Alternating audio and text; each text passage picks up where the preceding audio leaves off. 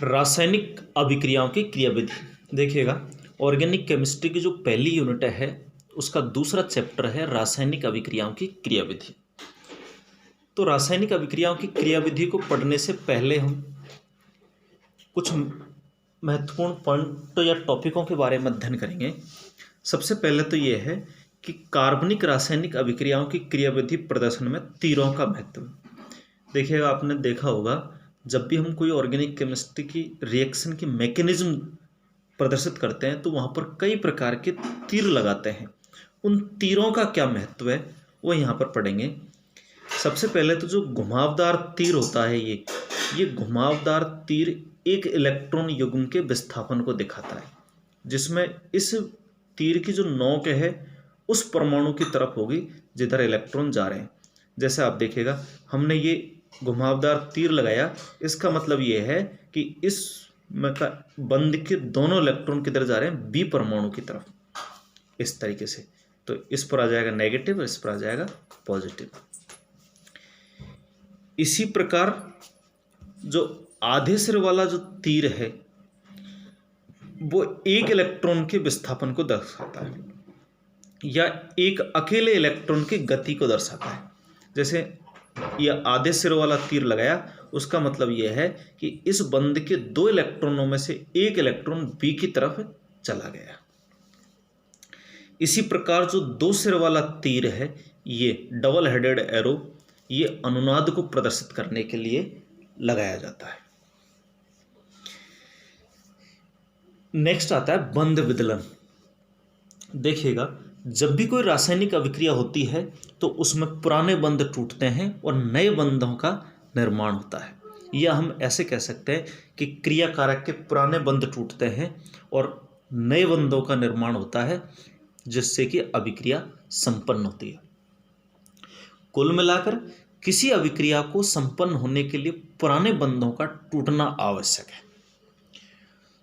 तो यहाँ पर बंध विदलन है, वो एक बंध को टूटने की प्रक्रिया को कहते हैं। सामान्यतः कार्बनिक अणुओं में सहसंयोजक बंध पाए जाते हैं और जो सहसंयोजक बंध है उनमें बंधित परमाणुओं की विद्युत ऋणता में बहुत कम अंतर होता है। अतः सहसंयोजक बंध का विदलन दो प्रकार से हो सकता है, एक तो समांश विदलन और दूसरा विषमांश विदलन। नंबर एक है समांश विदलन, होमोलाइसिस। यदि बंध इस प्रकार से टूटे कि बंधित दोनों इलेक्ट्रॉन समान रूप से परमाणुओं पर वितरित हो जाए। जैसे देखो, ये बंध है, इस बंध को इस प्रकार से तोड़ा जाए कि बंध के दोनों इलेक्ट्रॉन दोनों परमाणुओं पर बराबर आ जाए। जैसे इस बंध को तोड़ेंगे तो एक इलेक्ट्रॉन ए के पास, एक इलेक्ट्रॉन बी के पास। इसी तरीके से Cl2 में बंध को तोड़ेंगे तो दोनों इलेक्ट्रॉन दोनों क्लोरीन परमाणुओं पर आ जाते हैं।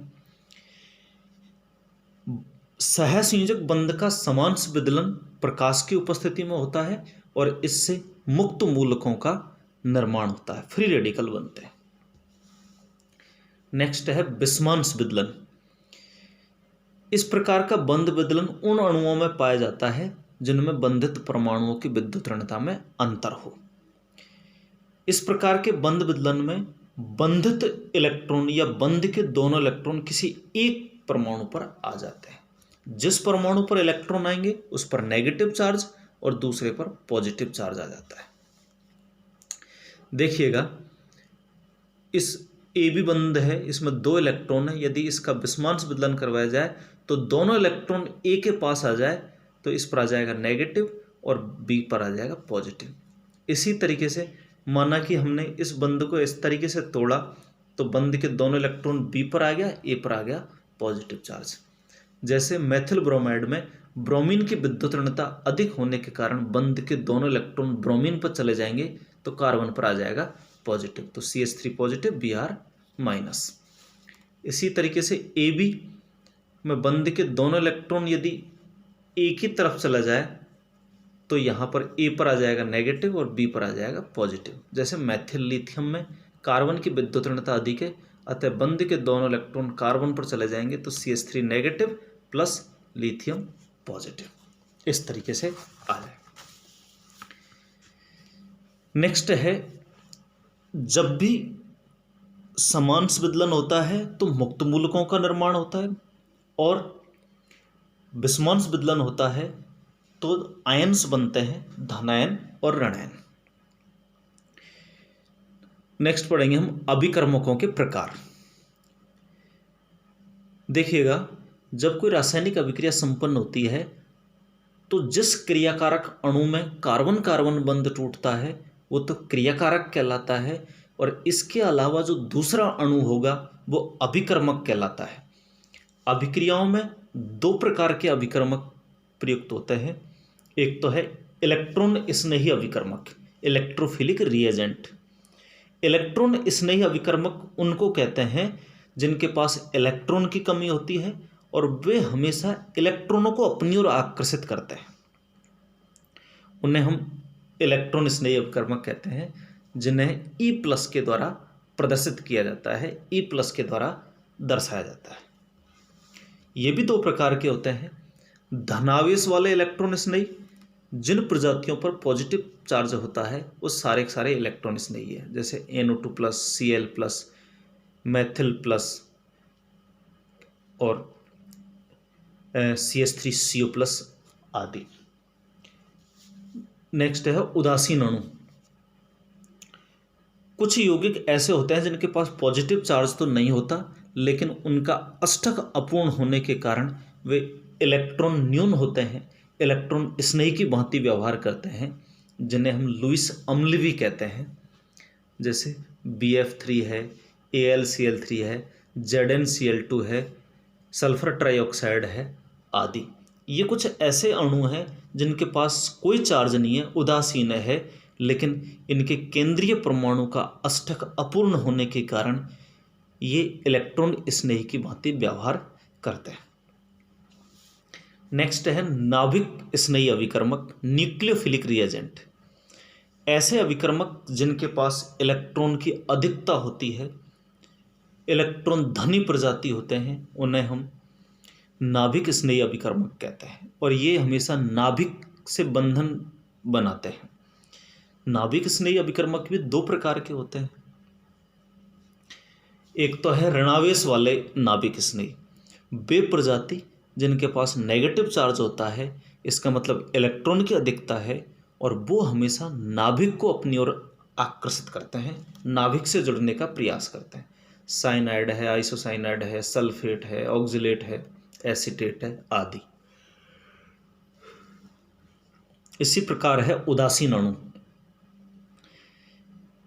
अब यहां पर वे अणु आएंगे जिनके पास नेगेटिव चार्ज तो नहीं है, लेकिन लोन पेयर अवंधी इलेक्ट्रॉन युग्म उपस्थित होने के कारण वो इलेक्ट्रॉन धनी होते हैं और नाभिक स्नेही की भांति व्यवहार करते हैं। ऐसे अणुओं को हम लुईस क्षार कहते हैं।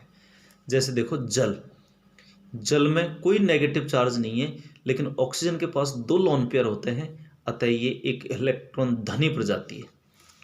उसी प्रकार एल्कोहल में भी ऑक्सीजन के पास 2 लोन पेयर है।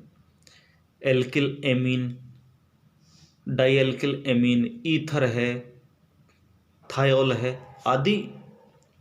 ये वो प्रजाति है जिनमें परमाणु के पास लोन पेयर उपस्थित होने के कारण इलेक्ट्रॉन धनी है और नाभिक स्नेही की भांति व्यवहार करते हैं।